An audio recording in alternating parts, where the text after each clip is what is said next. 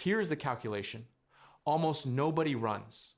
You are 60 years old, you have $1 million saved, your financial model says you need $1.2 million to retire, so you plan to work 2 more years. Reasonable, right? Except a 65-year-old man in the United States, according to CDC data released in January 2026, has approximately 18.4 years of remaining life expectancy. That sounds comfortable.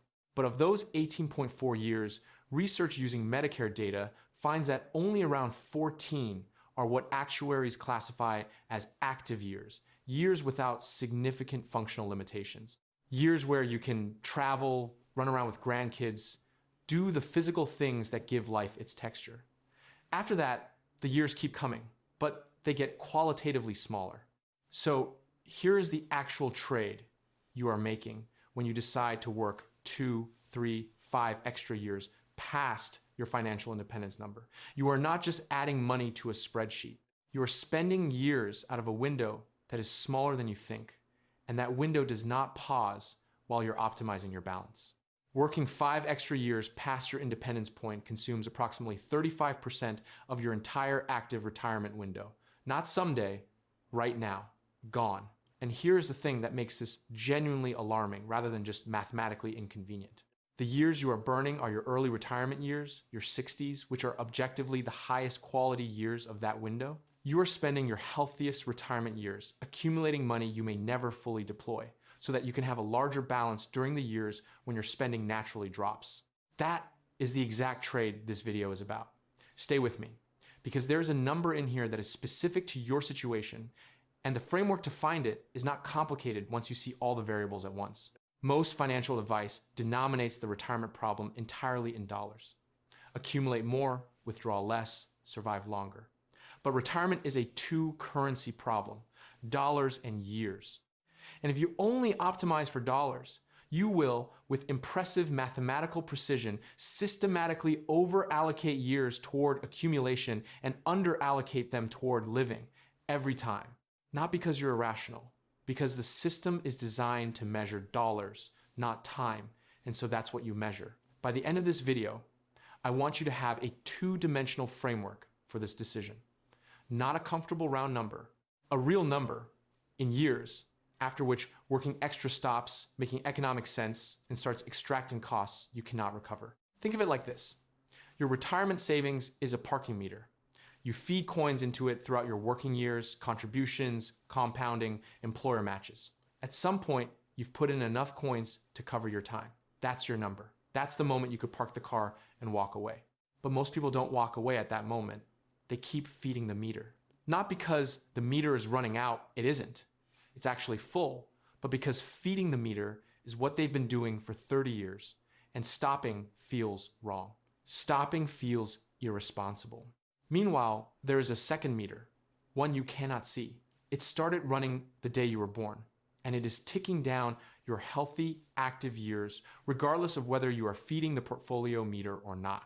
When the second meter eventually runs out, nobody gives you a refund on the coins you never spent. The meter's running, both of them. The question is which one you're paying attention to. I'm going to come back to the parking meter throughout this video because it does something that pure financial math doesn't. It puts both currencies on the same screen at the same time. Dollars and years, side by side.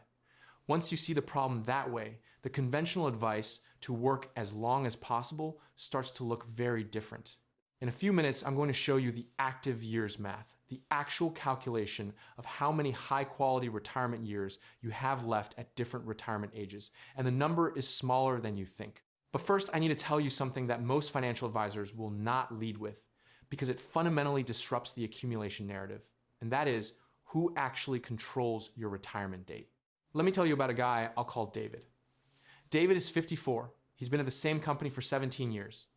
He is a senior director.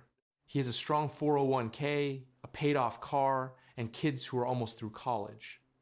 He tells himself and his wife that he will retire at 62, 8 more years. The plan is solid. Here is the problem with David's plan.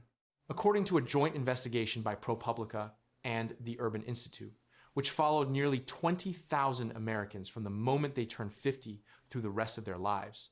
56% of workers over 50 who hold stable, long-term, full-time positions lose those jobs involuntarily before reaching their planned retirement date. 28% experience at least one damaging layoff. Another 13% retire abruptly under conditions that strongly suggest they were pushed out. Their surveys show them planning to work for years, and then within 2 years, they suddenly announce retirement, accompanied by a significant drop in earnings. Another 15% leave after their working conditions deteriorate. Pay cuts, reduced responsibilities, treatment from supervisors that makes staying untenable. That departure is technically voluntary. It's not really a choice. Add those numbers together. 56% of workers in David's position do not get to choose when they leave. A 2025 survey from the Employee Benefit Research Institute found that circumstances entirely outside the individual worker's control were responsible for 76% of all unplanned early retirements, health problems, layoffs, caregiver responsibilities. These are the top 3 reasons people retired before they planned, and none of them involve opening a spreadsheet and deciding you're ready. This is the reversal that changes everything about the work extra years for safety argument. You think the risk of retiring too early is the main problem, but actually the risk of not being in control of when you exit is the main problem. Building your entire financial plan around working until 67 requires assuming you are in the 44% who control their own exit. 58% of workers retire earlier than planned, usually due to unforeseen circumstances. And the median age, they call it quits, is 62, 3 years shy of the traditional retirement age of 65. David got laid off at 57. Restructuring, handshake, severance, and a benefits package that lasted 4 months. He spent 14 months looking for equivalent work, eventually took something at 60% of his previous salary, and retired at 61, 1 year earlier than planned, with meaningfully less money than his model projected, and in a far worse position than he would have been in if his financial plan had been built around a 57 exit scenario rather than a 62 one. His story is not unusual. It is the modal story. The parking meter on his working years ran out at 57. He had been planning for 62. The coins he thought he had left were already gone. And the second meter, the one ticking down his active years, had been running the entire time. By the way, if you're finding this useful, hit subscribe. YouTube's algorithm has a very short memory, and I have more of this coming. Stay with me, because this next part changes everything about how you think about retirement timing. The active years math. I mentioned it at the top of this video. Here is the full picture. According to new CDC data released in early 2026, a 65-year-old in the United States can expect to live nearly 20 more years. Life expectancy at age 65 for the total population was 19.7 years in 2024. For males specifically, life expectancy at 65 was 18.4 years in 2024. That sounds like a substantial retirement runway. But life expectancy and active life expectancy are not the same thing. Research published in medical literature using Medicare cohort data found that among 65-year-olds with no significant functional limitations, the healthy ones, the ones we're talking about, active life expectancy is approximately 14 years. These are the years where you can hike, travel, be physically present, do the things retirement was supposed to mean. After that, the data shows a progressive increase in limitation. You are still alive. But the years are qualitatively different, less mobile, more medical, more sedentary, not necessarily worse in every dimension, but different in the ways that cost money to enjoy. Here's what that math actually means for the extra years decision. Per the latest Social Security Administration actuarial data, a 65-year-old man has a 50% chance of reaching age 84, and roughly 1 in 4 people who reach 65 today will live past age 90. So you're probably planning for 20 plus years of retirement. But if approximately 14 of those years are the high quality, high mobility, high capacity years, the meaningful retirement window is 14 years, not 20. Now run the trade. If you work 3 extra years past your financial independence point, say from 62 to 65, you've spent 21% of your active retirement window filling a portfolio that was already sufficient. not 21% of your total lifespan, 21% of the years where you have the physical capacity and energy to use what you saved. If you work 5 extra years, 60 to 65, you have spent 35% of that window. And here's what makes this calculation genuinely brutal. Those years you are spending at the portfolio meter, they are your 60s, which are not your 70s. Your physical stamina at 62 is higher than at 72. Your cognitive flexibility is higher. Your knees are better. Your recovery time is shorter. You are burning the premium years of your retirement window to generate marginal increases in a balance that, by most metrics, is already sufficient. I've seen this pattern in my own circle. A friend of mine, I'll call him Greg, was financially independent at 58. Real estate income, a portfolio at his number, house paid off, kids out the door. He kept working. He is now 64. He has been saying 1 more year for 6 years. His portfolio is significantly larger than it needs to be by any reasonable model. And last winter, for the first time, he had a knee that made the hiking trip he'd been planning for 15 years genuinely difficult. The trip happened. It was good, but it wasn't what it would have been at 58. That is a direct and quantifiable cost. It just doesn't show up on a balance sheet. Research from the Netherlands, using administrative data for the entire Dutch population, found that early retirement reduces mortality by 2.5 percentage points for males. Separately, a study following participants over 36 years found that working in high-risk occupations was associated with a 55% elevated risk of death, and each additional year in a high-risk occupation increased the odds of distress by 5%. You can debate causality on the mortality numbers. Healthier people may be more likely to retire early, creating a selection effect. But the directional signal is consistent across multiple studies and multiple countries. Rest, autonomy, and lower cortisol are not nothing. Your biology responds to the end of mandatory work schedules. The meter's running, and you cannot buy back the years you spent filling a tank that was already full. Here is the part that almost never makes it into a retirement calculator. Knowing these numbers, the active life window, the forced exit probability, the marginal value of extra working years is one thing. Building a system around them is completely different. Because the gap between understanding a framework intellectually and having an actual exit date a real number, not someday when I feel ready, is where most people get stuck for years. I built a digital book called The Exit Code. 8 chapters, 50 years of actual retirement data, no filler, 2 things that connect directly to what we've been discussing. The first is what I call the 58% rule, the statistical reality that most people exit earlier than they planned, and the specific buffer structure you need so that a forced exit at 57 doesn't wreck your whole plan. The second is the dynamic withdrawal method, which replaces the fixed 4% rule with a framework built specifically around the sequence of returns risk I'm going to show you in a few minutes. Because working extra years is not what protects you from sequence risk, and most people don't know what does. You can get the exit code for less than what you'd spend on 1 hour with a mediocre financial advisor through the link in the description below. Every year you delay having a real mathematical framework for your exit is a year the second meter keeps running while the first one sits full. Now here is something that surprised me when I went looking at the research on why financially independent people keep working. I expected the answer to be they don't have enough money, they need more cushion, they're just being prudent. The answer, in many cases, is something else entirely.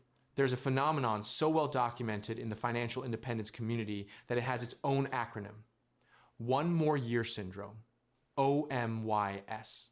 And it is simultaneously the most rational sounding and most expensive psychological trap in personal finance. Here's how it works.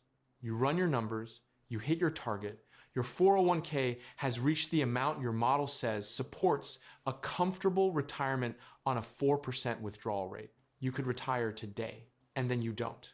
Instead, you find a reason to work 1 more year. Maybe the market is overvalued and you want to wait for a correction. Maybe healthcare costs are rising and your insurance estimate feels shaky. Maybe your youngest is starting college and the timing feels wrong. Maybe, and this is the honest answer, you're just scared. You've been optimizing for accumulation for 30 years. and decumulation feels like a different animal entirely, which it is. So you work another year, and at the end of that year, the goalposts have moved. Because there is a new reason. The market had a correction, and now you want to rebuild to the prior peak. Or the market went up, and you've gotten accustomed to the new balance, so now that number is your new minimum. Or there's a project you want to see through. Or your company announced changes and you want to wait and see. There is always a reason. There will always be a reason. The reasons are self-generating. Now, here is the financial math on this specific trap, and I want to be precise because it is not what people expect. Working one more year from a base of $1.2 million, contributing $50,000 and assuming 7% market growth brings you to approximately $1.34 million. That is real money, $140,000. But what does $140,000 actually buy you in retirement terms? At a 4% withdrawal rate, it adds $5,600 per year in spending capacity.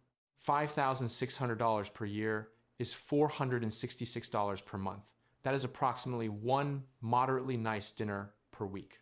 The one more year trade is work full-time for a complete calendar year of your life. Surrender a year of your early retirement, your healthiest, most capable years, in exchange for one extra dinner per week in spending flexibility for the rest of your retirement. That is the arithmetic. As one researcher put it, continuing in your job beyond the point of financial independence has an opportunity cost. At that stage, any benefit from additional wealth accumulation will be outweighed by the time left in your life to enjoy it. And most people don't do one more year just once. The average person in this trap, based on everything I've read and observed, works somewhere between 2 and 5 additional years past their actual independence number before finally pulling the trigger. Take the conservative estimate, 3 years. 3 years of one more year syndrome, starting from genuine financial independence, costs you approximately 20% of your active retirement window. Not 20% of your total lifespan. 20% of the years where you have the health, mobility, and energy to do what you save for. There are 2 psychological mechanisms underneath this that are worth naming because they are not solved by more money. The first is loss aversion, which Daniel Kahneman's research documented extensively. Humans feel the pain of potential losses roughly twice as intensely as the pleasure of equivalent gains. When you look at retirement specifically, the possibility of running out of money, or a market crash in year 2, or inflation outpacing your model, your brain is running an asymmetric calculation. The potential downside looms twice as large as any equivalent upside, which means that if you're using your gut to determine enough, you will systematically overshoot every single time. You cannot feel your way to the right number. You need a framework that removes the emotional variable. The second mechanism is the income ratchet. Every additional year of high income raises your baseline lifestyle expectations, which raises the amount you feel you need to retire comfortably. It is a ratchet that only clicks in one direction. Every year you work past your independence point, you are not only spending time, you are raising the psychological bar for what enough feels like. The person who retires at 58 had a lower lifestyle expectation baseline than the version of themselves who kept working until 63 and got accustomed to a certain spending level. This is why one more year never solves the anxiety. It feeds it. There's also a third thing worth mentioning, which gets almost no airtime in retirement planning discussions. The longer you wait to retire, the harder the transition becomes. Identity, social, structure, daily purpose. These things are harder to rebuild the older you are when you finally stop. The research on cognitive flexibility and adaptability consistently shows that people in their late 50s and early 60s have more capacity to construct a new life architecture than people in their late 60s. You're not only buying time by retiring earlier, you're buying the capacity to use that time well to build something with it rather than just consuming it. The meter's running. And not all the time on that meter is created equal. Now here is the thing I have been building toward, because everything so far has been about cost. The years you give up, the window you shrink, the trap you fall into. But what about the reason people give for working extra years? The stated reason is usually some version of, I need a bigger cushion. I need to protect myself against the market. I need to be sure I won't run out. That sounds reasonable, and there is one specific risk that working extra years genuinely helps with. The problem is, there is another risk, a bigger one, and arguably the most important one in all of retirement income planning that working extra years does almost nothing to address. Most people have these completely backwards. The risk that working extra years genuinely addresses: longevity risk. The risk you outlive your money. More years of contributions means a larger balance. A larger balance means slower drawdown, more buffer against a long life. Fair enough. Now here is the risk that working extra years does almost nothing about. Sequence of returns risk. Managing the retirement risk zone, the 5 to 10 years immediately before and after you stop working, is the most critical task in building a durable financial blueprint. Here's the mechanism. 2 people retire in the same year with identical $1 million portfolios. Same asset allocation, same average annual return of 7% over 30 years. Same withdrawal amount, $50,000 per year. The only difference? What the market does in year 1 of their retirement. Person A walks into a bull market. Strong first 5 years. The portfolio grows faster than the withdrawals drain it. By year 10, the balance is healthy and the math is working comfortably. Person B walks into a bear market. The portfolio drops 30% in year 1. They still need $50,000 to live on, so they sell into the downturn, locking in losses. Now the portfolio has to recover from a smaller base while withdrawals continue. According to Fidelity Research, if a retiree starts with a balance of $1 million and withdraws $50,000 each year, and there is a sequence of positive returns first, the portfolio lasts well over 30 years. On the other hand, if there are negative returns early in retirement, followed by a bull market, the portfolio would be depleted in 27 years. Same average return, 8 years of difference in how long the money lasts. And get this, the probability of portfolio failure for a retiree who experienced a significant market shock at the point of retirement was 50.6%, compared to only 33.5% for a retiree who experienced the same shock 15 years later. The timing matters more than the balance size. Morningstar's 2025 research found that retirees who experienced poor returns in the first 5 years and did not adjust their spending were far more likely to go broke. This is sequence of returns risk, and it is the single biggest threat to any retirement withdrawal plan, regardless of the starting rate. Here is what that means for the work extra years for safety strategy. You can work until 68, build a $1.6 million portfolio instead of a $1.2 million portfolio, and feel very secure.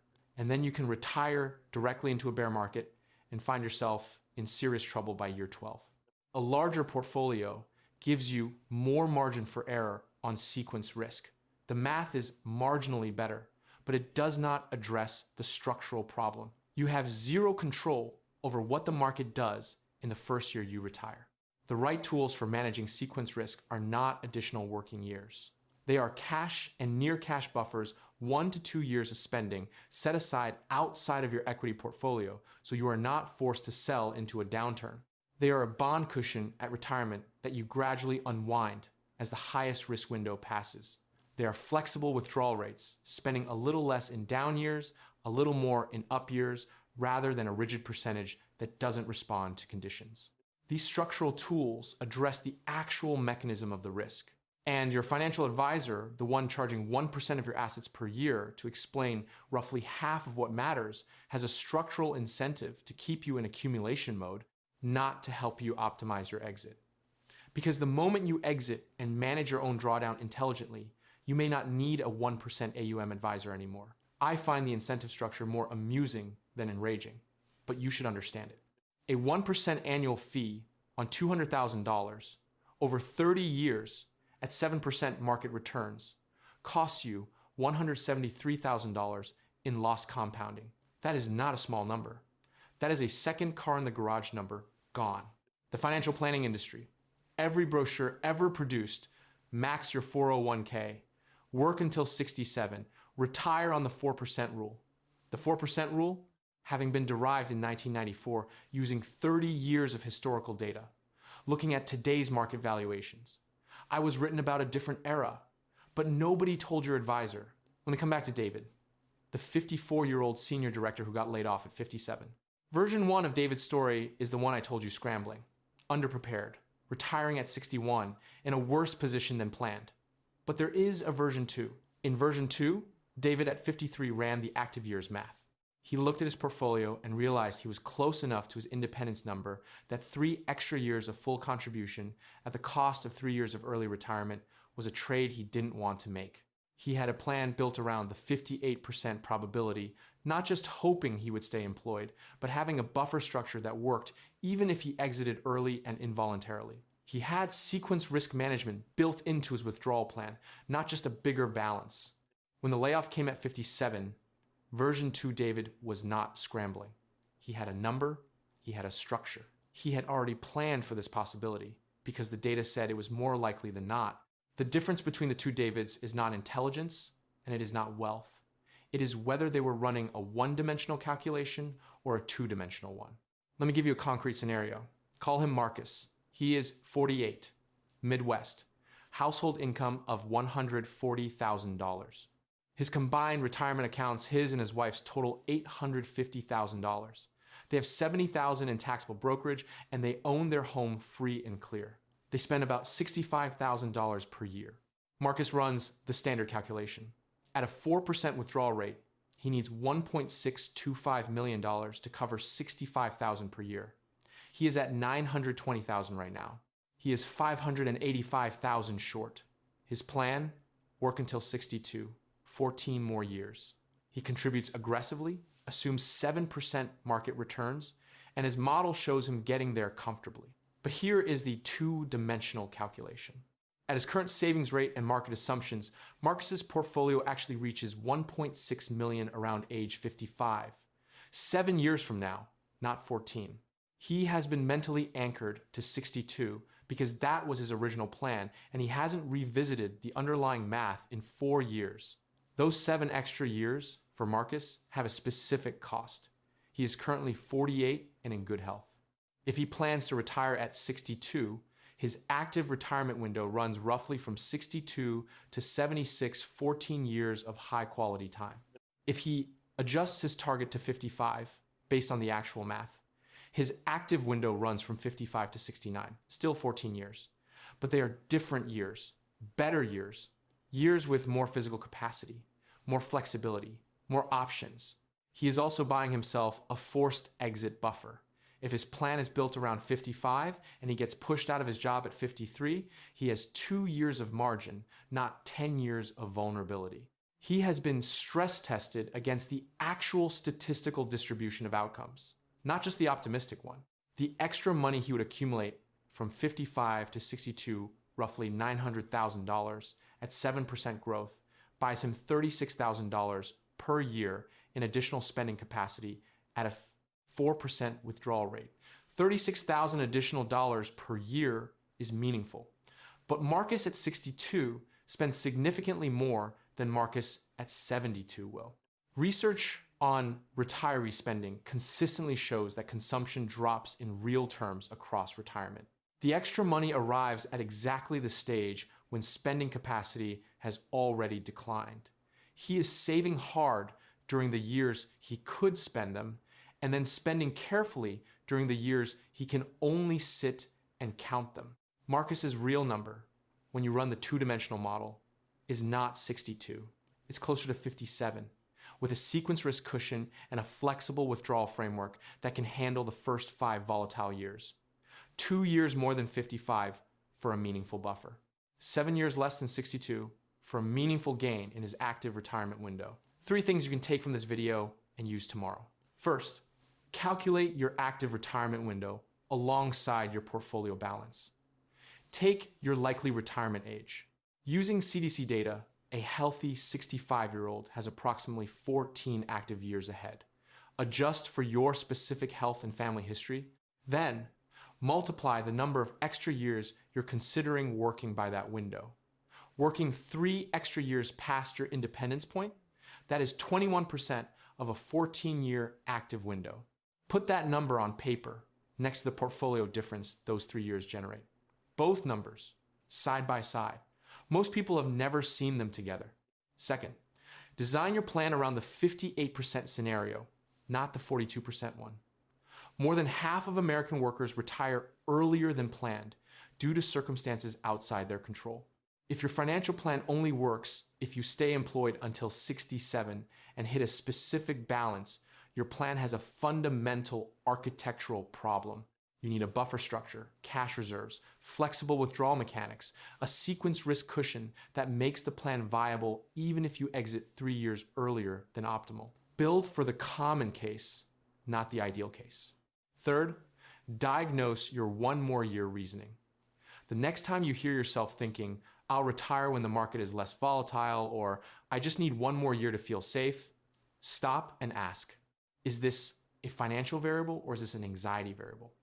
If you can quantify the specific additional security that 1 more year provides, it may be legitimate. If you can't, if the feeling of needing 1 more year returns, regardless of the balance, you are managing anxiety, not managing a financial problem. Anxiety does not have a financial solution. A framework does. The meter's running. Both of them. Lazy investing built more fortune than crypto memes. And staying in a job you didn't need to stay in for years you couldn't afford to give away because your spreadsheet felt safer than your gut, that's not prudence. That is a very expensive way to manage a feeling.